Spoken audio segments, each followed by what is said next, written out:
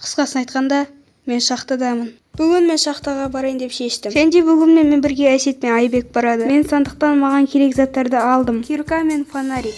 Ал Айбек сандықтан өзіне тамақ алды. Біз уже шахтаның қасына келдік. Біз шахтаның ішіне кіріп, ішінде жүрдік. Біз алға жүріп бара тұрғанда мен тоқтап қалдым. Неге тоқтап қалдың, жүрсей?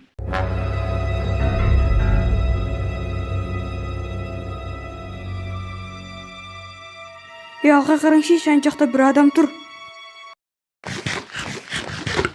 Тупойсың ба, ешкім жоқ қой ана жақта.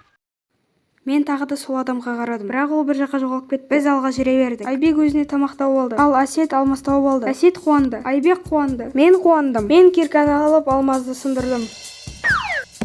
Айбай-ай, менде бір қыпы қалды.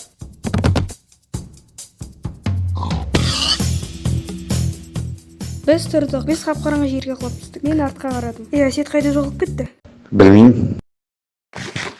Біз жоғары қарадық. Әсет бізге лестницаға қойды. Біз лестницамен үстіне міндік. Біз алға жүре бердік. Сосын біз тесік таптық. Оның іші қап-қараңғы болды. Оның ішінде лестница болды. Айбек, Әсет, сендерде... Не? Не болды?